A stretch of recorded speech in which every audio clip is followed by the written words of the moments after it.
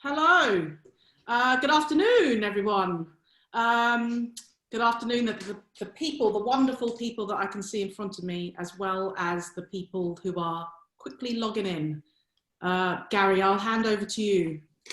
Thank you. Thank you. Well, those who have logged in, welcome to the second of our series in Race in the Workplace webinars. This one is titled How HR Can Better Support People of Colour.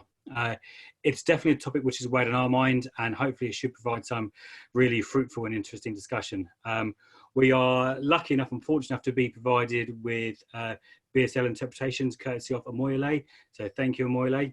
And also we have captions being provided by MyClearText. Again, very thankful for that, and mycleartext.com are great for this kind of stuff. So if you do need to use their services, I'm going to post their link in the chat a bit later. So this is, as I said, the second webinar from Project 23. Hopefully the themes we discuss are going to be really useful and relevant to you. If there's nuances to your business and to you personally that you'd like to discuss with us afterwards, again, I'm going to post the Project 23 contact details for Elaine and myself in the chat. Please do get in touch. We can help you out on all kinds of issues, but this one in particular is really kind of personal to us. And the guests we have today are going to be great at discussing these things. So on that note, I think that's everything from me. We are due to finish at approximately 2 o'clock. We might stretch to 2:15. I expect we will stretch to 2:15 if the chat goes how I think it will go.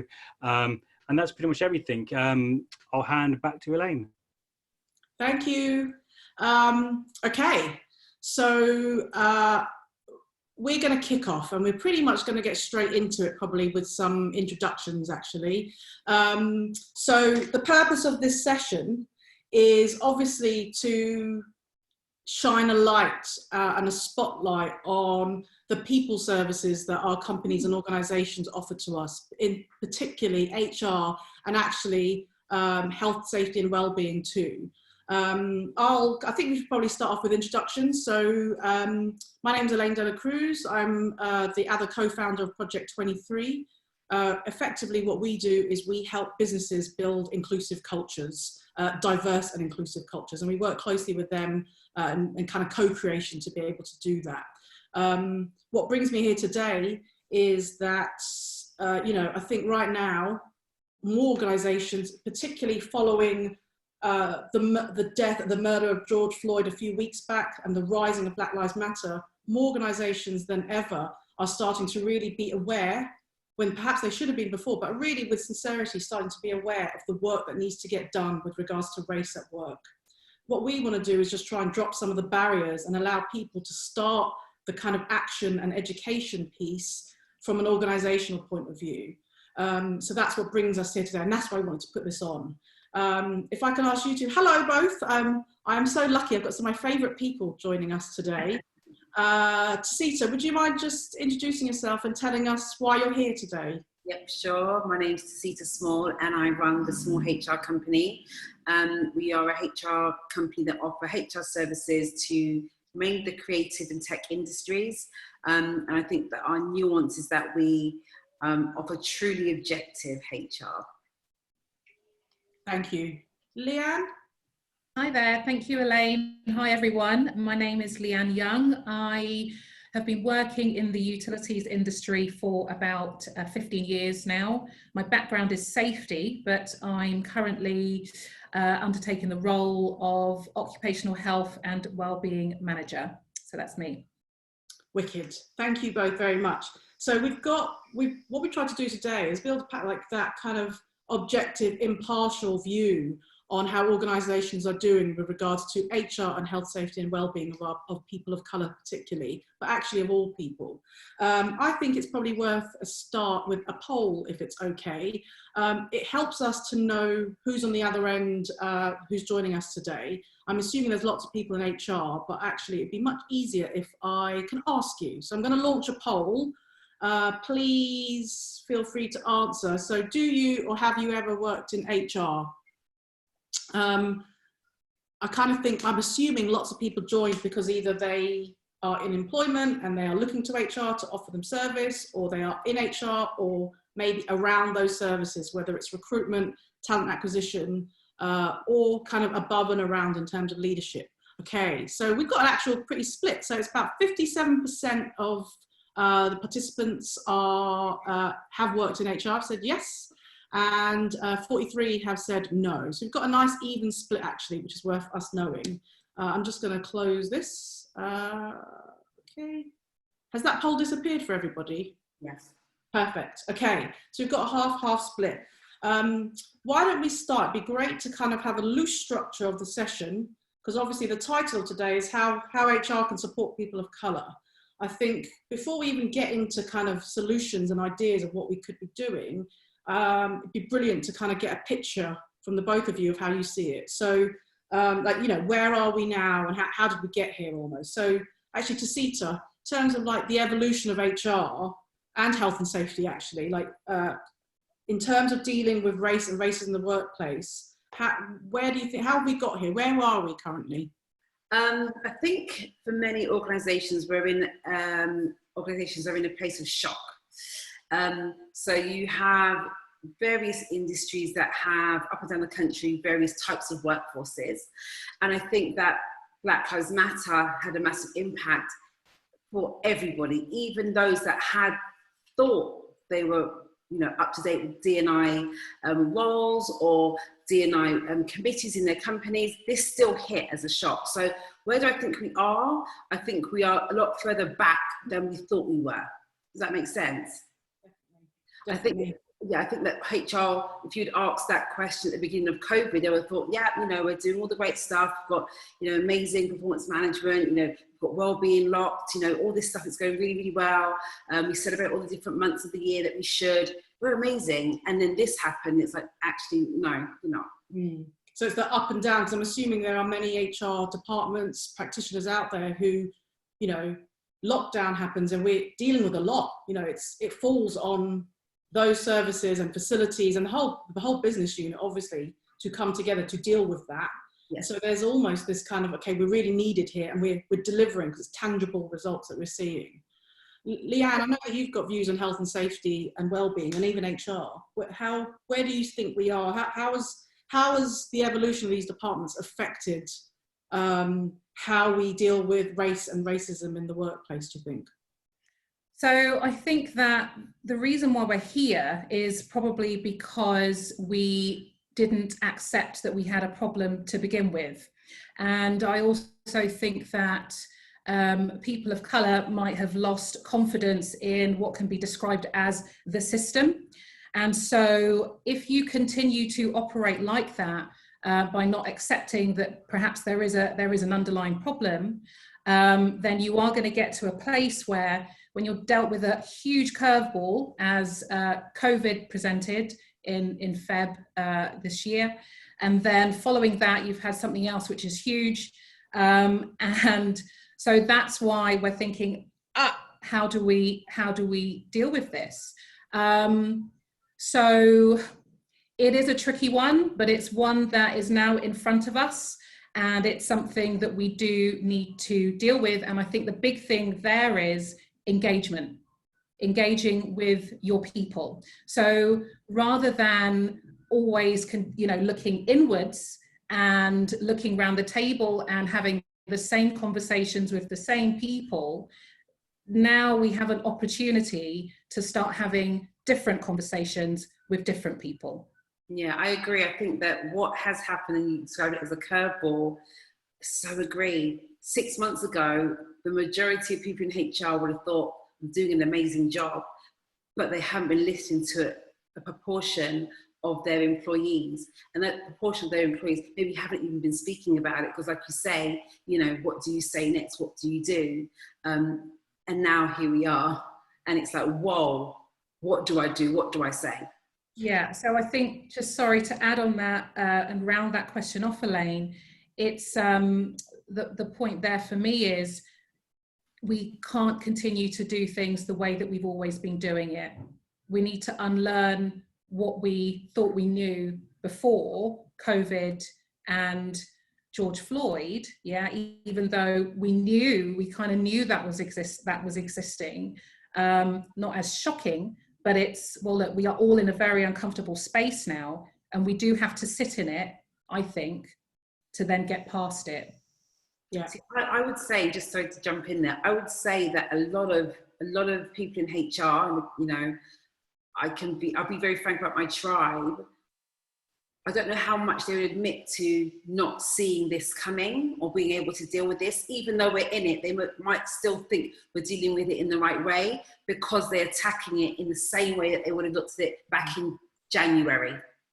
Yes. So, okay, right, I'm on it, I'm listening, and there's loads of things I want to pull on there, the things that you both just said. One of them being, like, we know that it exists, but we're not really doing anything about it, right? You are talking to the converted here. That's what I see, and that's what I feel often, even as an employee in the past. I want to try and get to the crux of it quite quickly. Like, why do you think that is? Why is it that it's either it's possible to work like that and not deal with it or see it properly, or it just happens? Why is that happening like that?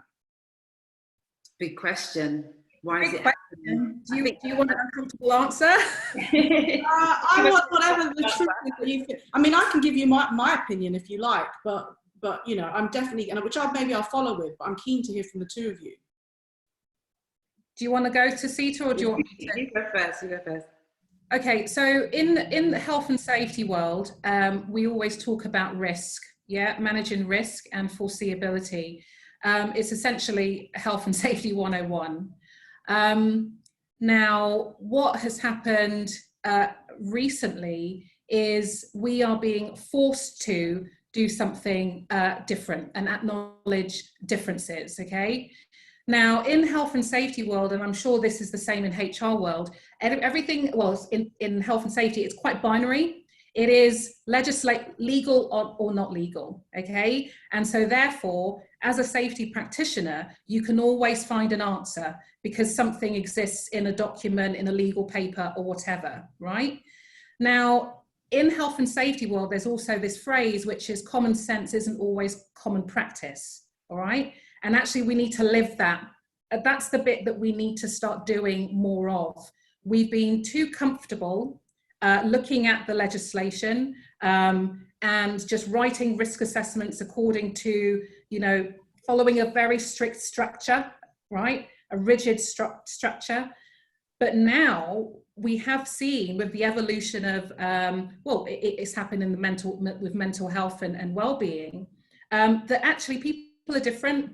We're human beings, we respond differently, we have different language, etc., etc. So now is the time to look to those people and use them as your experts, and not just look at, you know, the legislation, the black and white. Which arguably is built at a time, written by people that probably isn't the all. Definitely. Probably not people of colour. Sorry to see, so you go. What I was going to say is, I think that, and I said this to you guys before, HR, what is HR?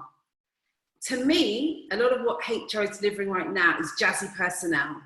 We didn't want to be personal anymore because that wasn't cool and sexy. We heard this term HR, we loved that. So in effect, we recreated the outward image of what we do, but actually we're doing the same old thing that we were doing in the 80s, we're doing the same old thing that we were doing in the 90s, and maybe all we are doing now is, you know, recreating the performance management program. Stop, like, you're doing the same thing, and what you're doing is, like you just said, Leeanne, or what does the legislation say, what's the policy say? And that's not everybody, I'm not, you know, saying all HR people are like this, but it's common. Yeah. Very common. So what problems does that throw up then for people of colour specifically, do you think? Just not being seen. It used to be okay, I'd say until April, May, to say I don't see colour, to say I don't see it. We haven't got that problem here, we're all the same. We're not. And therefore you can't give me the same experience as somebody else because that doesn't work. And my fear for the profession is that because now we're saying, look up, do something differently, if they haven't got legislation to fall back on, that comfort blanket of a policy, what do we replace that with? Because common sense isn't common. Yeah. Seeing people is new. What do I call you? What do I say? How is your experience different? There's so many uncomfortable spaces we have to now live in and learn that we've got a bit of time and a way to go, but it's going to be difficult. Yeah. I think the employees within organisations are driving this. They're holding their employers to account. You don't see me. You've never seen me. I have clients who've had maybe ex-employees contact them, and you've got schools where alumni say, "This is how I felt." I said, "No, I didn't realise, but it was on your watch. So what are you going to do about it now?" Employees are holding everyone to account to kind of give advice, guidance. You can't stop. You can't stop. Sorry, not that you can't stop. You can't say you don't see me because what you're doing isn't right.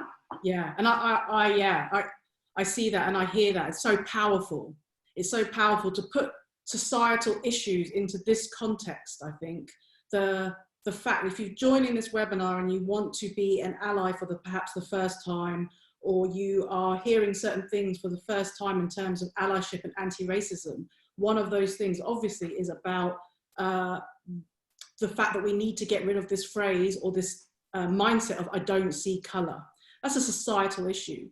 Once we drop that in, so I think here for me it's about, these are the things that we see on social media or in societal discussion or in the news, but actually it's about putting that we know, that we are learning, into our practice and actually saying, okay, so that means that there's a transformation that needs to happen in terms of what do I need to know, what do I not know yet, who have I not spoken to. I'm always quite interested in talking about the gap that I think there is between how employees, perhaps specifically employees of colour here, how employees perceive HR and health and safety and people services within an organisation and what the reality is. Because I think there's some truth in there to be discussed. And certainly, some of the things that I think are acceptable norms. I've certainly been in situations before where we talk about, well, HR kind of work for the business, don't they? Rather than kind of administrate, like helping you with your complaint. Do not speak for all HR practitioners, obviously, but for me, it feels like it's an acceptable norm. What do you two think about that in terms of this gap between perception and reality?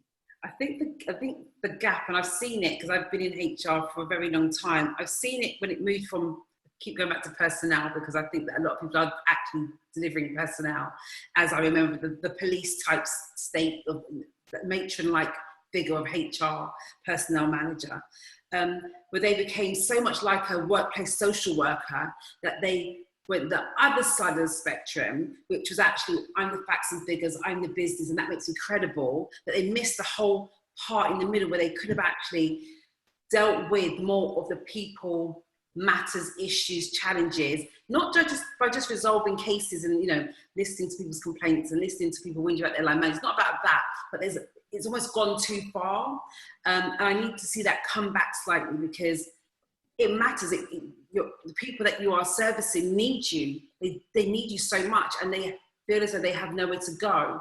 You might be fortunate enough to work in a place where actually your people do trust you. They do believe that you will hear them out, be fair. But I think the fairness and the balance has shifted so far towards self-preservation of me and my department and my role, making myself feel important, justifying my worth at the table, that you've missed, I think, the point of why you're actually there. Yes. And actually building on that, Leeanne, so I know you're about to jump in, but I was just going to ask you something different, if that's okay.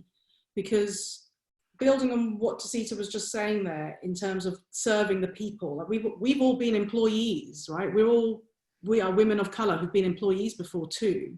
So if it's okay, I wanted to ask, like, what do you think the challenges that people of colour face in the workplace when dealing with HR?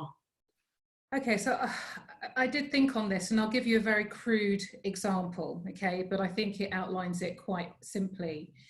When I'm unwell, I present differently to anybody else, to people that are not of colour. I present differently. I don't have flushed skin, or I don't go blotchy or whatever, but I'm unwell, and if I tell you that I'm unwell, I expect you to believe me. In my experience, dealing with HR and being in the workplace in the past, even that simple thing is a challenge. It's a hurdle and it's a barrier, because I feel, or I have felt like, I have to really be on my deathbed to be believed, because I present differently to everybody else. Now, why is that?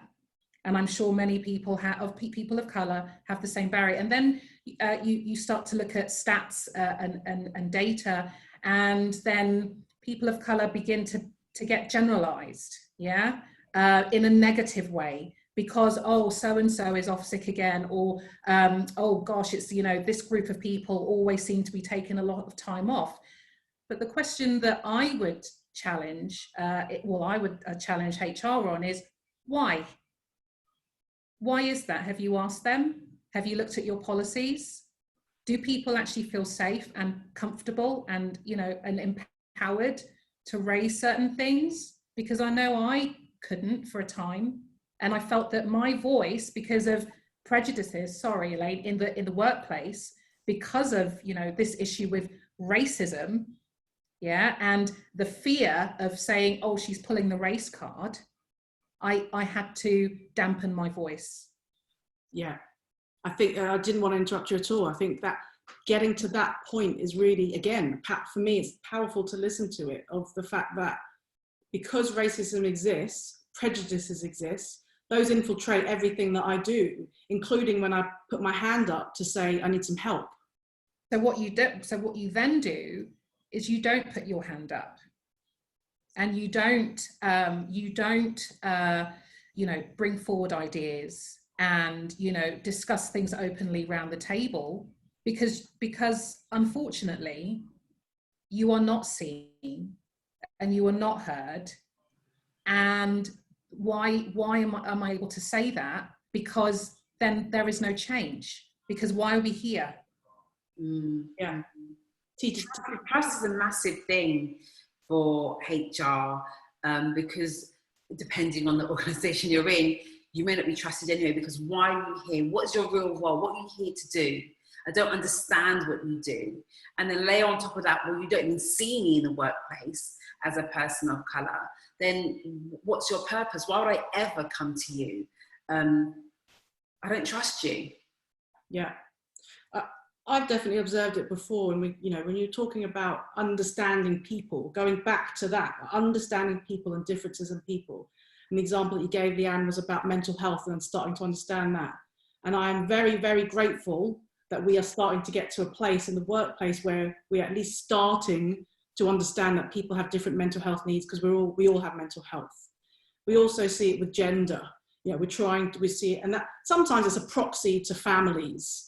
And being flexible around working family practice. We see it in terms of gender, in terms of being able to support women in the workplace. It's not often that we are specifically talking about the needs of the Black community or person of colour. And actually, you know, the reason that we're here today is because we had far too many people come to us as individuals and to organisations where, you know, the last few weeks and trauma that has been, you know, ripping through the Black community once again, as we are seeing yet another Black man die, and the injustices that go with it, the trauma that's happening. And I didn't see or didn't hear enough about HR departments being there to support those people at that time. And it's probably not even as direct as that. It's the psychological safety piece that I don't think there were many people who felt comfortable enough to put their hand up and say, do you know what, I just can't come into work today, or I'm feeling a bit shit, you know. I think that something to add on that is that, I think I just saw it in a comment, is why are we in HR professionals? Question yourself, what is the reason you chose this path? What qualifies you to do this work? You may have studied, you may have thought, well, I'm a good people person, or, you know, I like that, looks like a great job. I know stuff when I'm in there, I'm at the table. Why are you here? Because some of us aren't qualified to be here, and it's a really, really harsh thing to say, because it's a massive responsibility. It's humongous, you know, to have the responsibility of all these humans, what's quite often left to you alone, because You're there to facilitate, but the CEO maybe not taking up the mantle and doing their part. The CFO is not doing their, it's everyone's responsibility, but it always lands on the shoulders of the HR person. So you're only as good as a company from a people perspective as the HR person that you sit down in that room. And that's a big job. You know, if you have a site that maybe has 600 people and, you know, a head of HR and a couple of others, that's a lot of work for one person to do, to know absolutely everything and get everything right, with little support, with little training budget, with little care for, just get people in at 9, get them out at 6, give them a slight increase every year, give them a bit of holiday, and that's it. Like, that's not what we want to do, but sometimes that's the position you're forced into. And then I look at someone like Leeanne, and I think many places don't even have the opportunity to have a separate health and safety personal department. So your HR is your HR, your office manager, your health is all in one, and they need to know all this stuff. What qualifies them to do that and get it right every single time? I thank you so much for that, because I think as we start to move, I'd love to hear the both of you talk about, okay, what can we do? You know, what should we do in terms of pointers and starting to that?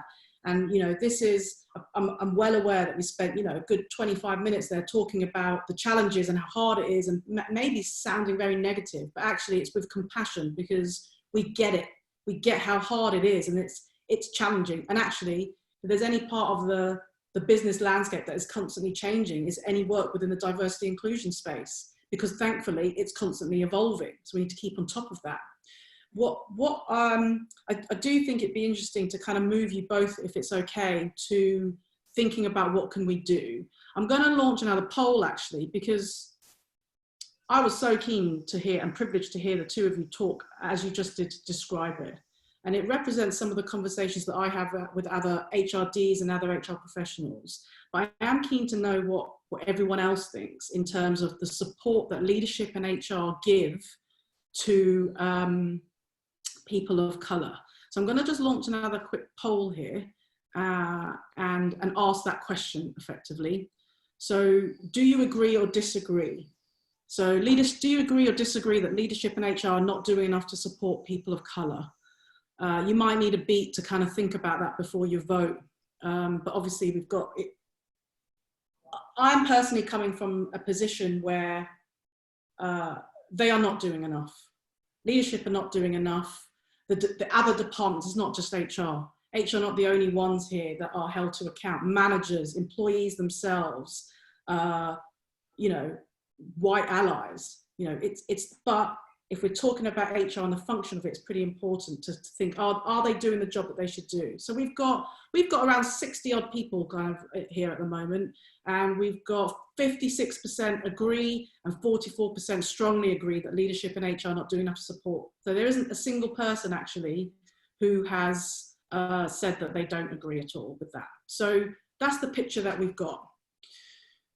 We have got a few minutes, like we want to keep in the time, but what I'm interested to know about the solutions. You both have talked a lot about, so I love the phrase jazzy personnel, because for me it kind of sums it up a little bit, because we don't want to be personnel. You both talk very richly about employee experience and how that is a great solution to just mindset and strategy here. Leeanne, do you want to talk a little bit about employee experience in your point of view and how it's a solution to what we're talking about for people of colour?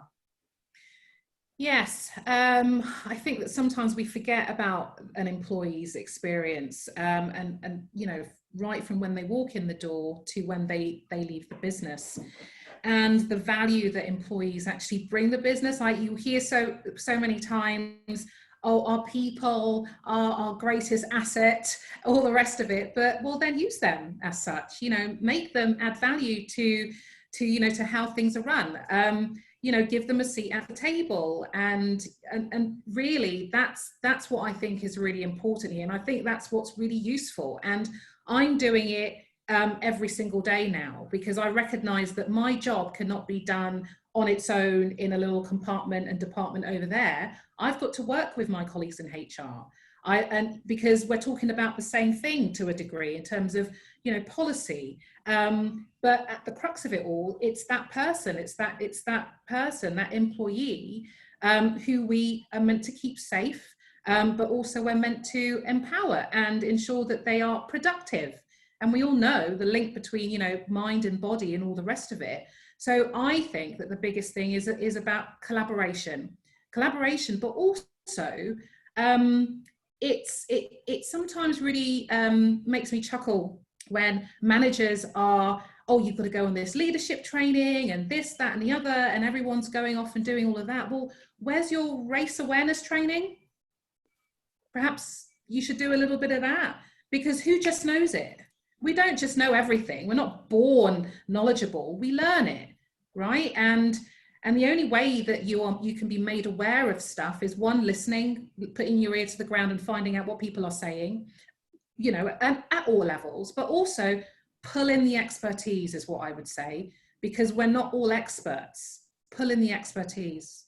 Yeah, I'd like to see, I mean, it's going to be interesting because we're still in lockdown, we're still at home, we're not back into what we would call a normal working environment. But, you know, a lot of places run engagement surveys, how are we doing, like praising themselves, patting themselves on the back. Run those again. Let's see what everyone's saying now, you know, because before this filter wasn't there. This didn't happen. So now that we've actually shaken the tree, shaken the table, now let's level set and see what's really going on, and be brave enough to go back and ask those questions again. Then get the expertise in the room to support and help you grow and learn. I think the biggest thing for me around kind of what can we do is, don't assume we know everything. So I think that's going to be even worse if we have, you know, a bunch of HR people that go and read a few books this summer, go back into the workplace in October and think they know everything, because you can't. We don't. We won't. But we can learn together, and you can be transparent in what you're learning and get out of that uncomfortable space that we need to be in for a little while, to where we start moving and making things happen differently. So I think there's definitely a few steps towards it, and not being arrogant enough to think, well, I've done some reading. I've watched that YouTube.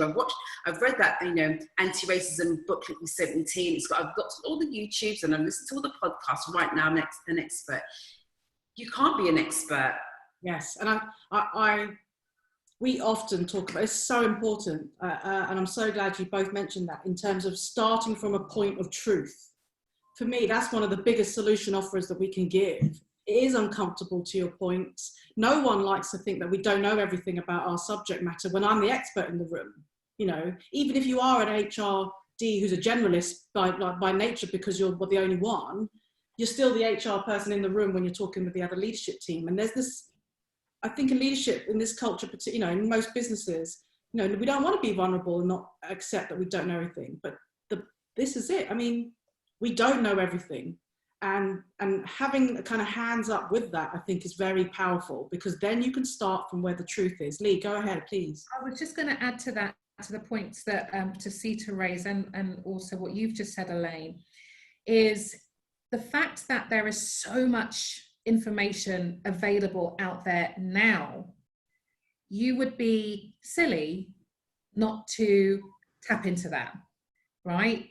Because we all now have an opportunity to get things right, you know, and yeah, that's all I wanted to say on that point, because there's just far too much now. There is no plausible defense that anybody could use that would stand up and say, oh, we didn't know. We can't do that anymore. So we've got to transform, as you said earlier, Elaine. This is a massive transformation program, but it is one that needs to happen. I like that transformation program. If you tackle it like a project, any other project at work, you can look at it like that. No, I like that, I do. I agree. Gary, if you're there, write that down. On that, so, because, you know, one of the things I was thinking about are what are the, you know, we talked a lot, we talked about jazzy personnel, and it's about policies and documents, and certainly my view of, you know, health and safety was of that too, rightly or wrongly. But actually, I think there is some rich learnings and rich action in the behaviour of these practitioners, whether you're in health and safety or wellbeing or HR or talent acquisition or employer brand. So what behavioural changes, besides, I mean, I hear a clear call out there, which educate yourself, which is, you know, whether you're in an HR webinar or you're talking about, you know, with your loved ones at home about racism and anti-racism, that is my absolute takeaway. Educate yourself, you have no excuse. Having said that, besides that as a behavioural expectation, what else from a behaviour kind of change or mindset change should we expect from our HR or health and safety? Lee, I see you, go. I'm sorry, but it's just this passion, but believe people first, believe what they tell you, right? You know, that's what the justice system claims to do. But I think that if we did that first and we then investigated things properly and thoroughly, you know, all the way through, that would be a great start. Don't have try to, and it's all goes back to that unlearning, try to get rid of your prejudices, to get rid of everything that you thought, you know, was true, and just take it, believe this person, and then do the work. Before I move over to Tacita, I'd almost like to invite a stopgap in before that, which is please accept and reflect that maybe you don't believe people. Because you might have heard Leeanne just say that, and you might think that's in the other camp. But I have been someone, I do this job that I do, and you know, we all make mistakes, we all have flaws, we all have biases. And I'm listening to Leeanne thinking, I believe people, but no doubt, because bias is all around us, people have come to me and I haven't believed them for whatever prejudgment I've made. So I think for me, there's a stopgap in there, which is just check yourself. Are you believing people or not believing people when you should? Sorry, T, go ahead. I was going to say, just on that belief, I think that what I would challenge the HR community, my tribe, with right now is to look at everything differently. You have to almost rip it all up and start again. You will always have policies to support and back you up. There is the law, we know that, but that is not the baton with which you're going to beat people with. Where is the humanity and human resources? Where do I lean out and into you and say, tell me your story, I'm willing to listen and I'm willing to learn. We are very busy, you know, time is of the essence, we're marching around, going to all these meetings, but what is the essence of your role? What should you be doing? Regardless of the size of your company. And the reason why I say that is because many companies, the larger ones, they've had diversity and inclusion officers, chiefs of, and all this stuff forever. But they're the ones who are also being called out for missing this stuff. Right down to the small, you know, 50-person company who's got the HR manager, who's also the office manager, who's also the health and safety person. You have to start again. And not everything you've been taught is a lie, but a lot of it is not truth and not where we are living today. So you may be thinking, well, that's what I learned. You have to unlearn it. Yeah. And the resources are out there, like you say, Leeanne, to do this. So many times you hear of, you know, the HR person didn't believe me, or I had a disciplinary, or I tried to take someone to book for harassment, or I had these microaggressions that are making me uncomfortable, you know, gaslighting. It's all this stuff that happens and you may have been a part of. Look back and think, wow, what could I have done differently there?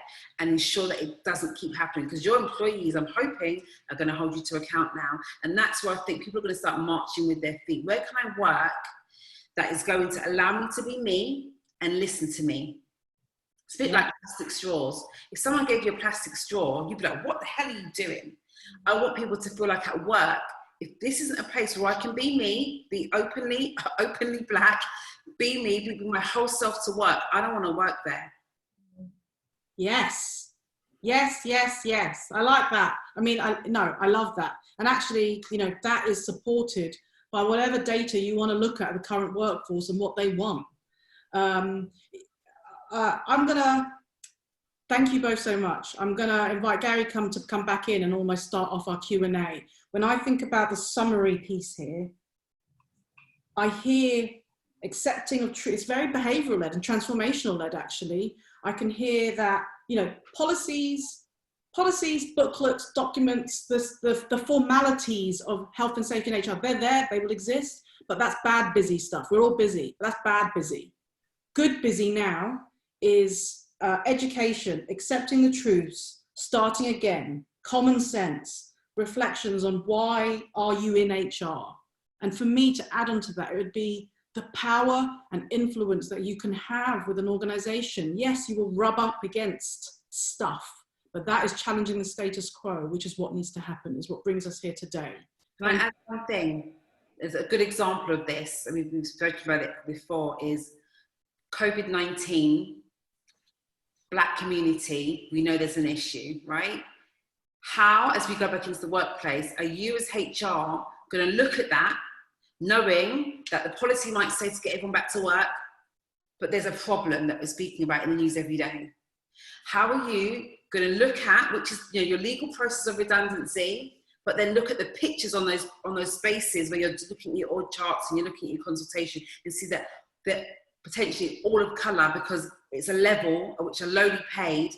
You know, what do you do there? So, yeah, we have processes and we have laws to protect us, but use this now as an opportunity to think differently about how you tackle these situations. I'm not saying to, you know, not make Black people redundant, that's not what I'm saying, but look at how this design, your design you've been trained to do, is affecting people of colour in your organisation. Yes, truth talk. That is exactly, thank you, Tacita. That is exactly why we put this. It is taking the things that we're seeing, we're observing, which is kind of happening to others, and actually bringing it in and knowing that's not others, that's your job. Because you have these people, Gary, you could choose if you invite Leeanne into this or not.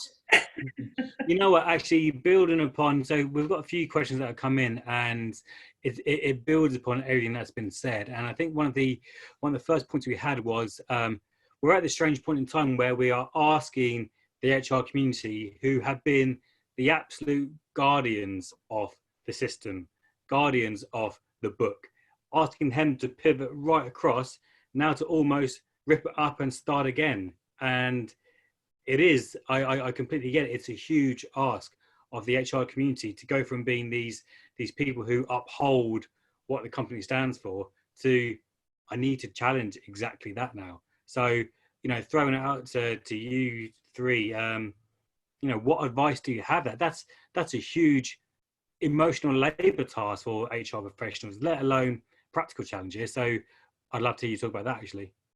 I think that HR can sometimes be one of the loneliest roles in the whole company. It really is lonely. And it's even more lonely when the company you work for goes against your values. So where do you get that balance from? Where do you get that courage to speak, to change, to challenge when your job could be on the line?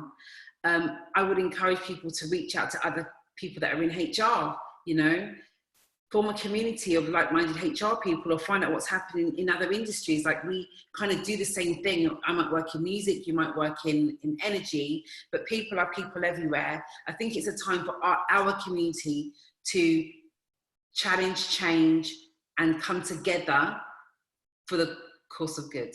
Yes. Yeah, I would agree with that. Am I okay to? Yeah, I would agree with that. And I would just add on, if I may, you know, this collaborative working, you know, utilize the people that within the business that can also help with that. So I know Tacita said that we're probably very lucky in my organisation in that we have a health and safety and wellbeing manager, which is me, and also other people. But we could work in tandem with our HR colleagues because it crosses over. So people working from home, again, another crude example, there are physical issues there that need to be considered, but then there are also the mental ill health issues that need to be considered. And then there are legal reasons. All of those have legal reasons behind them, and flexibility in time. It's health, safety, and HR. Utilize your experts that already exist within the business. Yeah, the bit I would add on to that is it's probably the piece that we practice as well. But we have the privilege of being third parties when we work with organisations, so we can be a bit braver. But it's the accountability piece. I've often seen HR, quite rightly so, sit next to the leadership team, work very closely with C-suite to execute what needs to happen.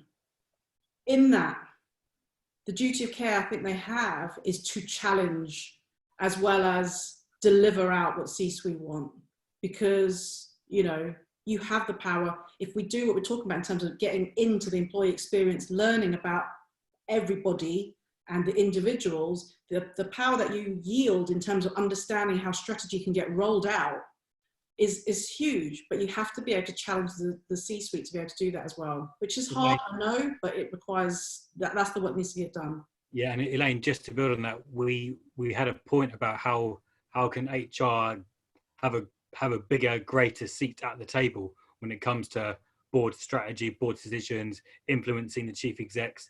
How can the HR department, how can the HRD make more of an impact? Can they make more of an impact? They just have to. Is that an answer? How do you become braver? How do you challenge why you're there? What is the purpose of you being there? What do you see? This is what goes back to what I was saying before. What is your role as HR? Is it just jazzy personnel, or are you there to do A, B, C, D, E? Because if you're there to do those things, that should be your guiding light. Yeah. Do you guys think that if you're not able to challenge, does that not mean that you don't really know why you're challenging and what you're challenging? Because, you know, if you do have a seat at the table and you have engaged with people and you do have your ear to the ground and you do care about what you're doing, you have to bring that to the table.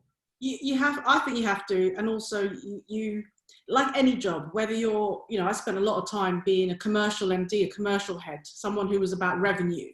In order to deliver out the revenue, I have to understand the other parts of the business, because no one just blinkered to what I want.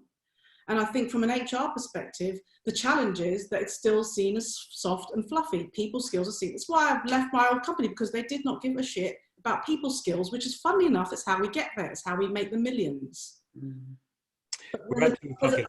There's an undervalue of that. So actually, in terms of, it's about business rigor and being able to talk on a commercial level as well. So yes. Sorry.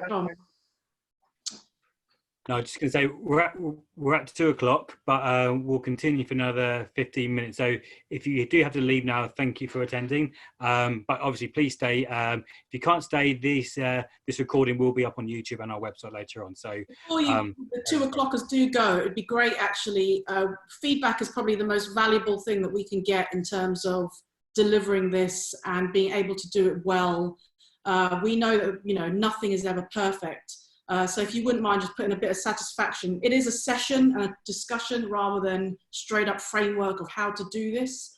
I can see, sorry, for those of you who are watching Amoyele and watching and learning through BSL, I can see that they can't see that, they can't see the panel. So I'm just going to end this, but we can see satisfaction. I just want to, I'm going to stop that and stop sharing.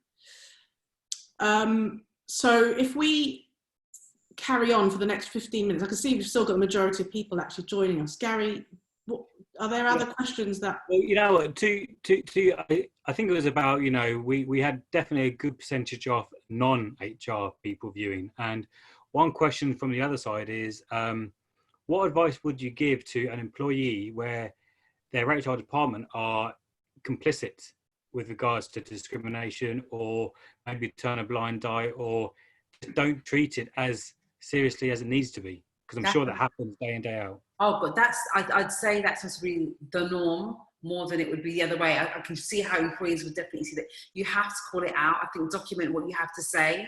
You know, you should have, you know, anti-bullying, anti-harassment, you know, policies around no retaliation, but you have to be able to say something.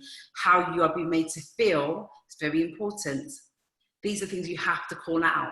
It's places you can get advice from as to what the details of the issue are, but you have to, that's their job. Let's not get it, you know, let's not forget what they're here for. That's what and ask them, why you're not here to support me? What are you doing then? Who do you call that to, Tacita? Who do you go to? Because normally you would go to the HR department. So who do you go to? Go back to them and say, what is your role? Let me understand what you are supposed to do, what you believe you should, because this is what I believe it to be, and call it out. If you can't go to them, go to their boss or the CEO, who most probably isn't available to you either. And I guess what I was talking about before, you know, with people voting with their feet as to where they work. If you can't have a voice at work, what do? You don't just leave, but you have to call them out. You might have staff representatives, you might have unions, you know, there's so many different resources that you could, yeah. I would add to that too and say, yeah, it's often people have approached me like, Elaine, I've got an issue and I don't know what to do. And I'm a confidant, and that helps So when you're on the outside, when you're the employee, look for your confidants, look for whether they are friends or loved ones or people that know the ecosystem that you're in, whether it's industry or business or team. Find people that can support you and approach people that you trust in terms of you trust their opinion. And look for it, because you'll know when the answers that you're getting are the ones that you want in terms of your support. You'll feel it and you'll know it, because first and foremost, if you are in a bit of a crap place, in a horrible position, my first thing is that you need help, you need support, and that's okay. Sometimes it might not at first thing come from the people that you would hope to, but please look after yourself and know that it's real. Because sometimes when we go to HR or someone that just doesn't believe, or we feel that they don't believe, that is just a form of gaslighting to ourselves, and we can start to think that this isn't really real. The other, sorry, acknowledge it. So but on the other side, to the people that are receiving people coming in, going to Leanne's point earlier, which was, believe the people. I would say there is a tendency in business for when we make a complaint, where's the facts, where's the evidence, where are the figures, what happened, let's put a report, let's do an investigation. No one wants to come forward in that environment. Make it so believe that we felt it and it was real. We felt that there was racism or sexism or that there was something happening. Please just believe me first and foremost. Yeah, I was just going to add to the resources. I think most organisations have an employee assistance program or something like that. They're normally sort of free and confidential services. You could also contact that service, and normally they'll be able to advise on some other sort of personnel matters. Yeah. We've got time for probably a couple of questions left, actually. One which is perfect for you, Tacita, actually. If companies decide to outsource their HR, what motivation is there for that outsourced company to challenge the company on their practices? Because at the end of the day, you're still going to get paid for doing your job. So what's in it for the outsourced companies to go against the grain and challenge practices?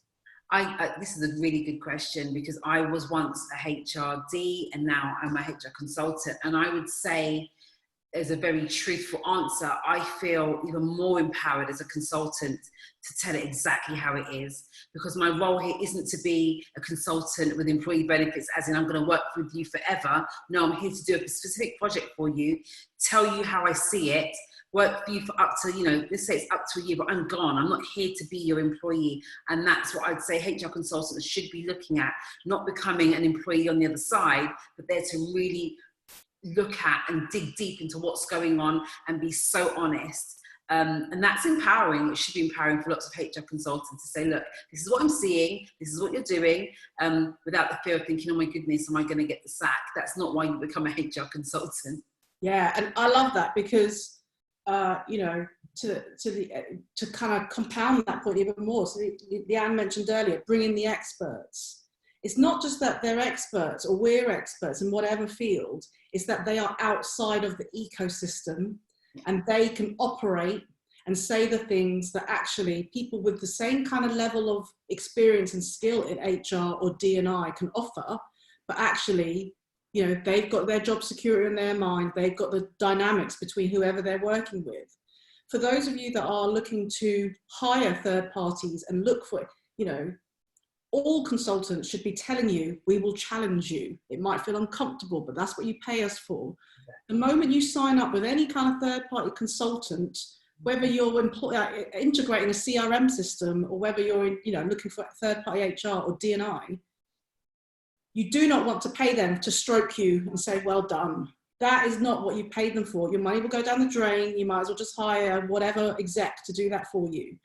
Hire the people that will challenge you and will tell you the truth and look you in the eye, and that there's chemistry there. Obviously, they need to know what they're doing, but look out for that. Brilliant. Just before we go into the last point, thank you for everyone for attending this. We're in the last 5 minutes now. The full video will be available post-session, so we'll post that and we'll make sure you're getting access to that. I'm going to hand back to you three now.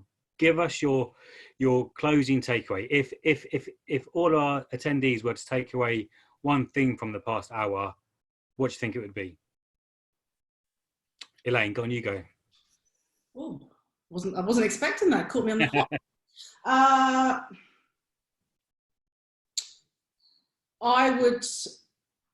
I would say that the takeaway is that the truth of the matter needs to be what comes out.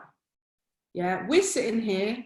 The poll said there's not enough support. Okay, so follow that trail. What is it? What do they need? What do we need? What have you heard? What do you need to reflect? Follow the trail of what, you know, where that goes to. We're not doing enough. We're not supporting enough. So understand that with positive regard, we're saying to you, you're probably part of that. So what can you do?